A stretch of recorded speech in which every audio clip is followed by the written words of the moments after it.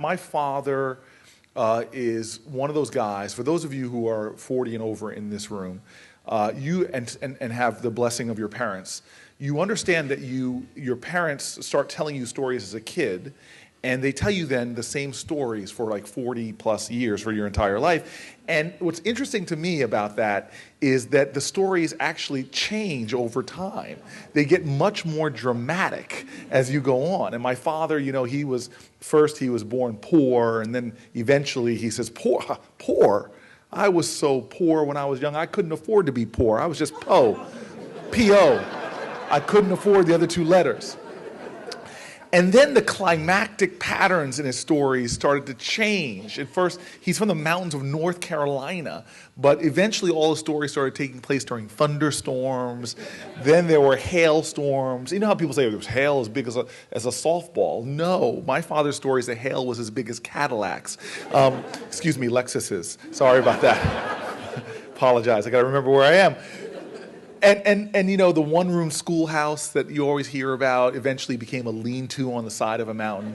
So my father tells this story that forgive me, and I know it's apocryphal, I know it cannot be true, but I love the story. And he tells a story where he's sitting in the back of the classroom in the early school, and the teacher comes in and goes before the class and says, "Class, this is the first day of school. I want to teach y'all a lesson about self-esteem. You got to believe in yourself. I want to know anybody here thinks you're dumb, thinks you're stupid. I want you to stand up right now." And my father said everybody just stayed there, looked at, who's this woman? What is she talking about?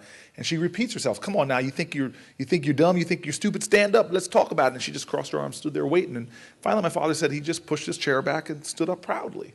And the woman said, she looked at my father and said, "Mr. Booker Boy, what's wrong with you? You think you're dumb? You think you're stupid?" And my father said he scratched his head and said, "Well, shucks, ma'am, I don't think I'm stupid, but I didn't want you to be the only one standing." And so this is what my father wanted my brother and I to know.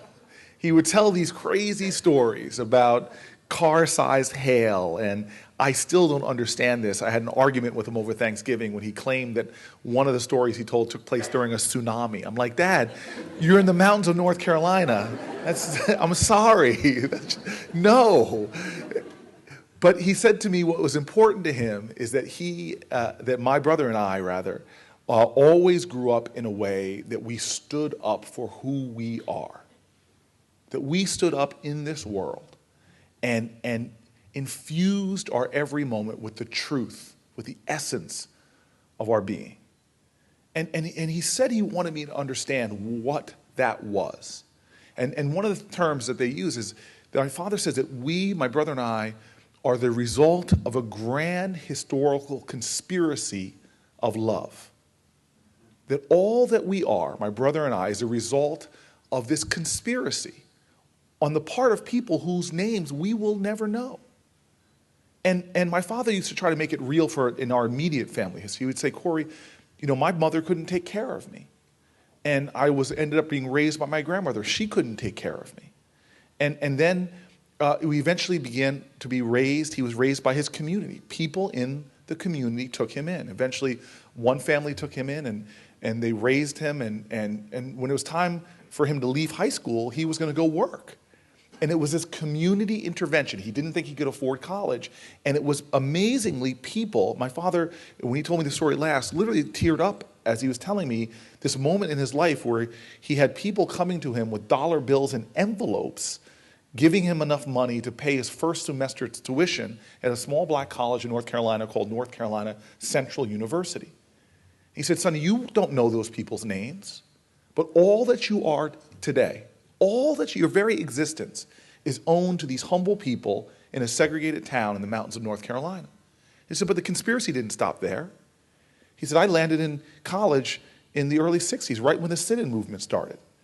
And he started telling me stories as I was growing up. My mom, I just went to her 50th reunion at Fisk, and she was pulling me to table to meet these now elders of mine who put their whole college careers on the line because they went out and sat in at lunch counters and involved themselves in protests, blacks and whites, fighting and pushing doors open of segregation. And my parents will say to me, "You don't know these people's names. You don't know who they were. They could scarcely imagine you when they were doing what they were doing, but it is their love, it is that conspiracy that allowed you to be who you are today. And it went on. My parents said it was time for them to get their first jobs.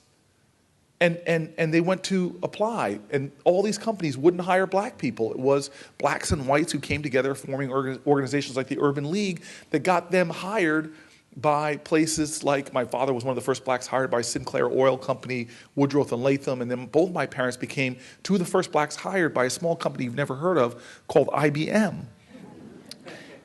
And then my parents say the conspiracy continued. We moved up to New Jersey. I was just barely a month old when my parents made the move to New Jersey, and they went to go buy houses in a neighborhood that they thought had excellent schools, but they were all white neighborhoods that never had black families. Every time they show up at a house, they were told the house was sold.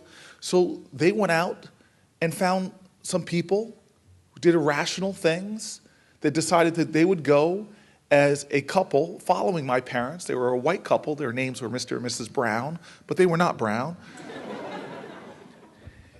And of course, the house my parents loved was sold, but when the Browns showed up, it was still for sale. They put a bid on the house. On the day of the closing, they went to the real estate agent. My father and a young Jewish lawyer, whose name I do not know, went in to the real estate agent and said, "You're in violation of New Jersey fair housing law." And this real estate agent stands up, to my father's astonishment, and punches the lawyer in the face, sigs a dog on my dad. A melee breaks out in the office, windows break. Eventually, my father and the lawyer get out of the office, lawsuit. We eventually win, we eventually move in and become in this town, as my father called us, the 4 raisins in a tub of vanilla ice cream. And so now I'm growing up around a dinner table where my parents are raising my brother and I, who have incredible privilege. My father would tell my brother and I, "Boys, y'all were born on third base. Don't ever think you hit a triple. You're not here because of you. When you go to school, get good grades, and get opportunities to go on to college, all that was not made possible by just you. It was made possible because of a conspiracy of love, starting with people that showed some of the greatest love possible, to love so much you love children that are not yours. That people saw in my father the importance of ensuring that he got a great educational start. And then when that K through 12 was over, that he got into college. People that were not his parents loved him so much that demonstrated to me what is the greatness of any civilization. You cannot have a great civilization unless you have adults that don't love children that are not their own. You can't have an economically successful civilization unless adults will love children that are not their own. You can't have great nations of technological advancement unless adults love children that are not immediately their own. And so when I get Meshuggah Man over there, Mr. Cooper, coming up to me and saying that he is trying to make a school have a little more chutzpah, dream bigger, grow larger and more robust, it was like a call to my ancestry. It was like a call to my history. It was a call to my understanding that I stand here today before you with all that fluff that was mentioned about my resume. All of that is because a community of people created a conspiracy of love that was so great that it broke a cycle of poverty with my dad, that it opened up an avenue for him to move forward, that it helped him bring in forth a new next generation. Now, this is my history, but there is some deeper obligation, more spiritual and more profound, in my opinion, within the Jewish community. Because there is some calling of the Jewish people. Now, I'm going to step back for a second because I have to put forth my bona fides. Some of you did not watch YouTube. And so you have no idea why this gargantuan goy is standing up here about to talk to you about the importance of Jewish education, about the ideals of Judaism. Where do I get off doing this? Well, let me tell you something. First and foremost, I'm a little ticked off that I was supposed to give the Devar Torah today. And some two-bit rabbi comes up here and steps in front of the black guy. So let me give you a bit of my background. Look, I was selected as a Rhodes Scholar. It was an incredible privilege. Of course, my father looked at me and said, boy, another degree? You got more degrees in the month of July, and you're not hot. When are you going to get a job? I graduated from Yale. My father's like, when are you going to get a job? I became a politician. When are you going to get a job? I land in Oxford, and in my first week there, I meet this woman, and she invites me to have dinner with her. And this didn't really happen to me in America. This is an extraordinary country. Women ask guys out. And I said yes, and at the last minute, Oxford has this note system. She sends me a note, and it says, look, change of plans, please meet me at the Oxford. And I looked at this word, I'd never seen the word before. It was, I looked at L'Chaim, meet me at the Oxford L'Chaim Society. What is L'Chaim? And I went around asking people, what does El Chaim mean? And I showed it to other people from Britain, and they were like, I don't know what an El Chaim is. I've never heard of the El Chaim Society. And finally, I meet one person that can tell me what it is, and he says, no, Corey, it's not El Chaim. It's L'Chaim. And I'm like, is something caught in your throat? I'm like, no, L'Chaim. I don't know what it means, but that's how you say it. And I said, okay, where is the L'Chaim Society? And I had to ask so many people, and I finally find it's in this like back alley down some streets in Oxford. And I show up at this place, and it says Chabad on the front. And I'm like, you know, what is this? And I walk up and I go into this place and I knock on the door and I hear all this commotion coming from the other side. And I knock louder, nobody answers. Finally, I knock so loud and I think to myself, I'm either going to leave or I'll just walk in. And so I open the door, and as soon as I open the door, I see the only comparison I had. I felt like I walked into the movie set for a movie my mom took me to, a great woman named Barbara Streisand. The movie was Yentl. And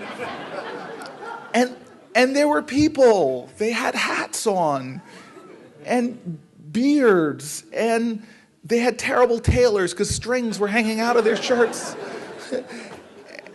And it was one of those moments, and I'm not sure if you've had this in your life, where you walk into a place where you immediately feel, I don't belong here.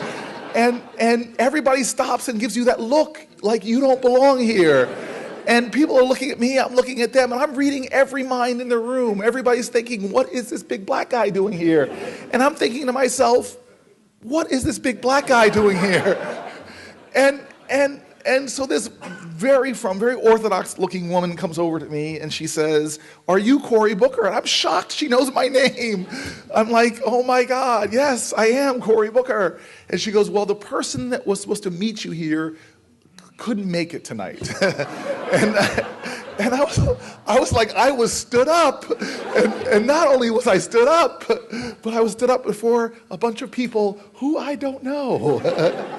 And so I turned to leave, and she asks me a question that profoundly changed my life. I go to walk out, and she says, excuse me, would you like to join us? And I'm telling you, I wish I could say I'm this liberal guy and said, of course I'll join you. All I'm thinking to myself is, I got to get out of this place.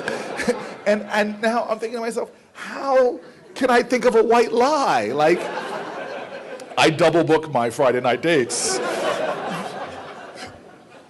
Sometimes I do 2 or 3 in one night. So I'm going to go to number 2. But no. So I said sheepishly, okay.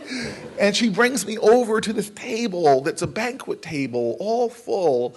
And this amazing woman actually sits me in her seat. And this is this profound Jewish value. You all know this. Abraham had his tent open on 4 sides. It was exalted because of the hospitality. Anybody coming from any direction could see and feel comfortable and feel welcome. And this was this woman. She actually sat me down in her seat. She was a rabbi's wife.